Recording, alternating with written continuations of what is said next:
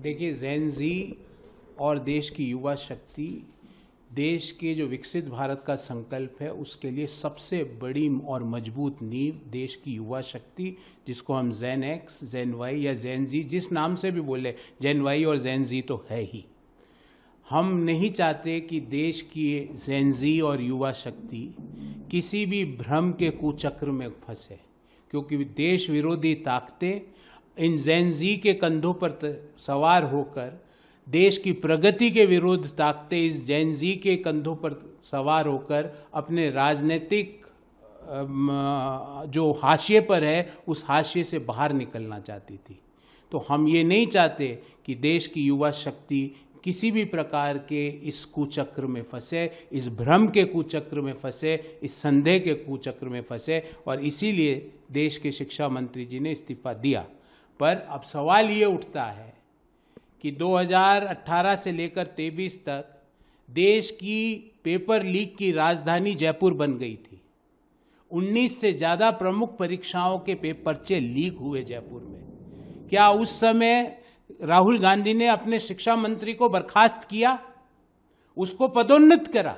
उस शिक्षा मंत्री ने पद पर रहते हुए अपने पूरे परिवार को राजस्थान प्रशासनिक सेवा में सेट किया। क्या उस पे किसी कांग्रेस के व्यक्ति ने या राहुल गांधी ने उसको बर्खास्त करने का काम किया? क्या अशोक गहलोत को बर्खास्त करने का काम राहुल गांधी ने किया? तो हम ये नहीं चाहते थे कि भारत के प्रगति के विरोध की ताकतें इस युवा शक्ति को भ्रम में डालकर इनका गलत यूटिलाइजेशन करें। हम चाहते हैं कि देश की जेन जी और युवा शक्ति विकसित भारत के संकल्प का सबसे बड़ा और मजबूत आधार बने। तो संवेदनशीलता और उदारता का परिचय देते हुए प्रधानमंत्री जी का तो डायरेक्ट कनेक्ट है इस जनरेशन से, और इस डायरेक्ट कनेक्ट का नतीजा यह है कि देश में पहली बार ऐसा प्रधानमंत्री हुआ जो युवाओं के परीक्षा से पहले, जेन जी के परीक्षाओं से पहले उनको चिल आउट रहने के लिए, उनको लो प्रेशर कम रखने के लिए मन की बात करते हैं। एग्जाम वॉरियर पुस्तक लिख के युवाओं को बड़ा आउटलुक देने का काम करते हैं। पिछले 12 साल में अगर शिक्षा के क्षेत्र में हम देखें तो लगभग 3.25 करोड़ 40 लाख एनरोलमेंट था हायर एजुकेशन इंस्टीट्यूट्स में, जो आज 4.5 करोड़ से ज़्यादा हो गया। जो 2014 में मात्र देश में 7 एम्स इंस्टीट्यूट थी, आज 23 एम्स हो गई।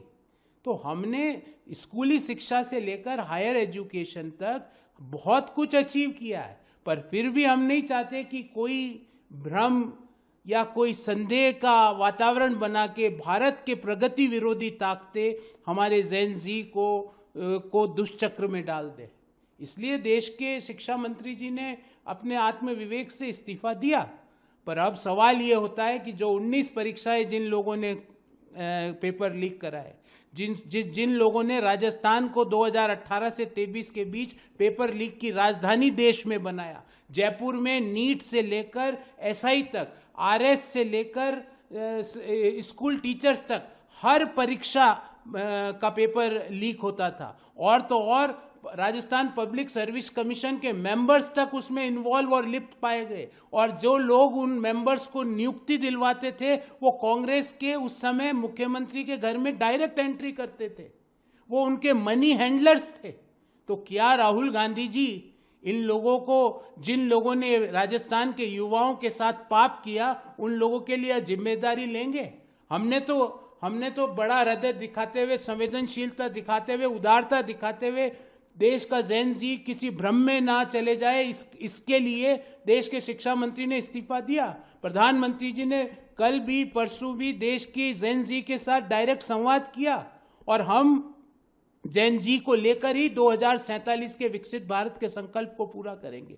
पर क्या राहुल गांधी जी जो आज जश्न मनाने के मूड में है, क्या उनमें 1% भी नैतिकता बची है कि उनका शिक्षा मंत्री 2018 से 23 का राजस्थान का, वो आज प्रदेश का मुखिया बना हुआ है कांग्रेस का?